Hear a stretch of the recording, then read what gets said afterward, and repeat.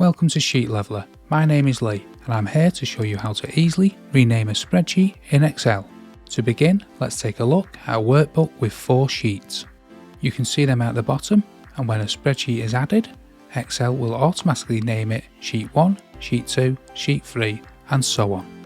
If you want to rename the sheet to make your workbook more organised, simply click on the sheet you want to rename, then use the right click button on your mouse to select the option Rename.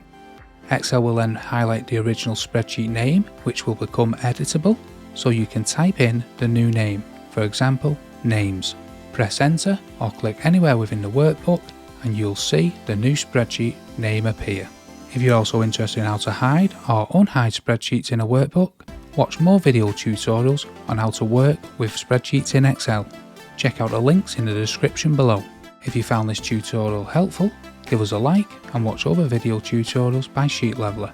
Hit that subscribe button and learn to excel like a boss. Thanks for watching, and I'll see you in the next video.